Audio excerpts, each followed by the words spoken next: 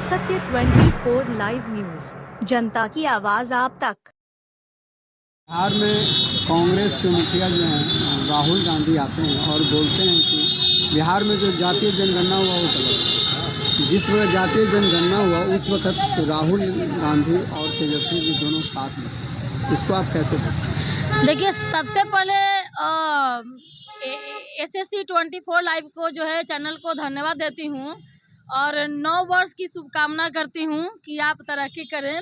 बस कहना ये चाहती हूँ कि राहुल गांधी जी जब पक्ष में रहते हैं तो वैसा बोलते हैं, विपक्ष में रहते हैं तो वैसा बोलते हैं, पता नहीं क्या। इसीलिए लगता है ना कि वो लगता है कि कन्फ्यूजिया आ गए हैं कि करे तो क्या करे, न करे तो क्या करे, समझ में उनको नहीं आ रहा है। इसीलिए लोग उनको नाम रखा है पप्पू।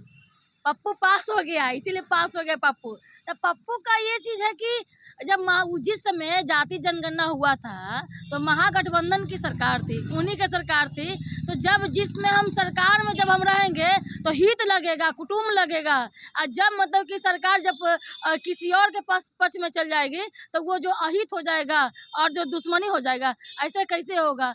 राजनीति जब सेकना ही है तो अपने भारत देश के लिए करिए ना, अपने आप के कुर्सी बचाने के लिए। ये क्या करते हैं राजनीतिक। बिहार में आए, इतना भी पता है कि बीपीएससी छात्रों से भी मिले वो करने के लिए। तो ये हम कहीं ना कहीं बीपीएससी छात्रों के साथ कहीं ना कहीं जो है ऊपर तक खेला जा रहा है, क्योंकि ये जो है चुनावी जो है महापर्व चल रहा है। 2025 विधानसभा चुनाव को लेकर के चुनावी पर्व चल रहा है।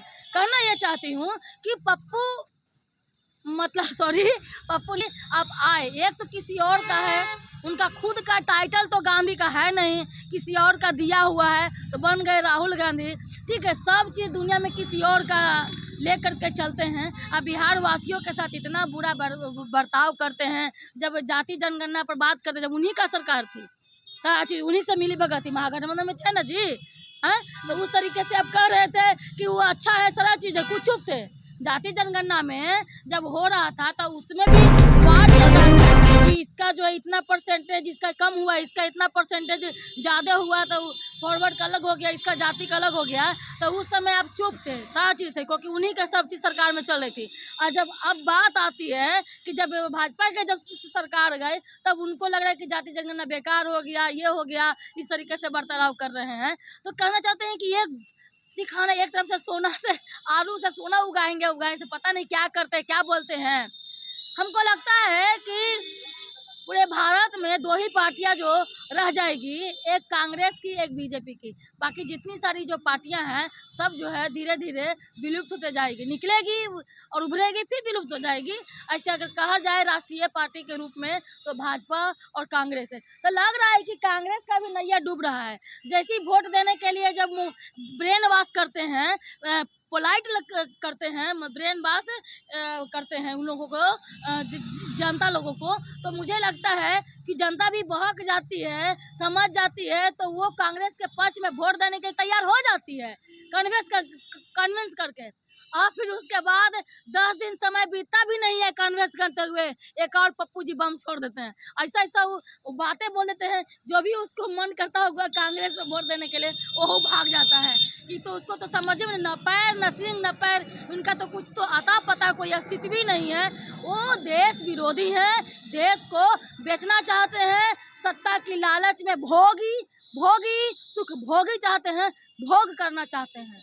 स्वर्ग में जो चाहते हैं ना कि इधर धरती पे जितना सारा पूरा विश्व में जो सब मेरा हो, तो वो जो भारत को जो है जिस तरीके से अंग्रेज लुटेरा आए, लूट करके चले गए, जिस तरीके से मुगल आए लूट करके चले गए, तो ये भी उधर ही कहीं वंशज ही हैं लूटे। एक दूसरा सवाल, प्रशांत किशोर जी जो है वो आमरण अनशन छोड़ दिए और सत्याग्रह आश्रम का जो निर्माण किए हैं वो मैरिन ड्राइव, इसके क्या? प्रशांत किशोर क्या, किसको बात करना चाहते हैं बताइए। लाठी डंडा से छात्रों को पिटवा दिए, लाठी डंडा से छात्रों को पिटवा दिए।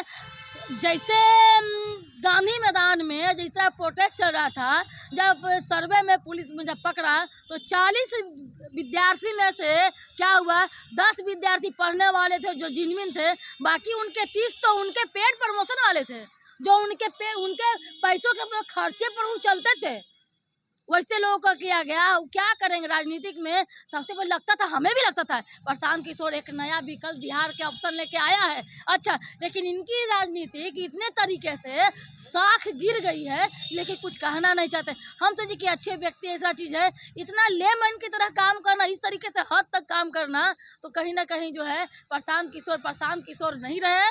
वो जो है एक अलग वे में चल गए। जो कर रही है आरजेडी कर रही है, जो कर रही है कांग्रेस कर रही है, जो माले कर रही है, जो साग कर रही है, उसी तरीके से ये भी यही पौधान पे चल गए हैं। कोई अलग विकास, कोई अलग ऑप्शन वो नहीं बचे हैं। पहले लगता था मुझे भी कि अलग ऑप्शन बच के वो रहे हैं, लेकिन वो अलग ऑप्शन बच के नहीं रहे हैं। सब नेता खाकी खादी एक बराबर होता है। सब चाहता है कि खानदान पूरा सातों पुष्ट जो है, क्या होता है कि मेरे जो है एक बार आए सत्ता में और जिंदगी भर तक भोगते रहे। जनता के पास एक बार गए वोट लेने के लिए, बस उसके बाद कहाँ जनता क्या जनता सब भूल गए। सब लोग जो भाई जी आप जानते होंगे कि लोग जो है नेता जो है कोई पार्टी का नेता हो, सब वोट जो क्या राजनीति गरीबों के राजनीति से लेकर के चलते हैं। जब गरीबों के राजनीति से करते हैं, गरीब के गरीबे उड़ा जाता है। और जब वोट लेने के लिए मांगने के लिए आता है कि गरीबों के मसीहा बनता है, अहू बन जाता है, टाटा बिरला अंबानी बन जाता है। ऐसा तो बिहार का हो या भारत का, ऐसी गंदी राजनीतिक है। इसको जो राजनीति को जो है सुधरना चाहिए। फ्री फ्री फ्री, ये फ्री का रोटी रेबड़ी बांटते कहाँ तक देश पहुंचा दिया है। आज अगर कोई 2100 का शगुन दे रहा है, कोई 2500 का शगुन दे रहा है माई बहन योजना को, तो कोई कह रहा है कि हम 3000 देंगे, कोई 100 यूनिट बिजली, कोई 300 यूनिट बिजली। अरे भाई जनता तो कन्फ्यूज आ जाएगा जी। अरे 300 को दें कि 400 को दें कि ना किसी को ना देते हैं, कि हो सके अगला बार में बोली लगेगा। यार बोली लगता है, बोली जमीन बिकता है तो पहले लगता है ना इतना 1 करोड़ का 1 crore. Thank you for watching. Don't forget subscribe, like, share and comment down.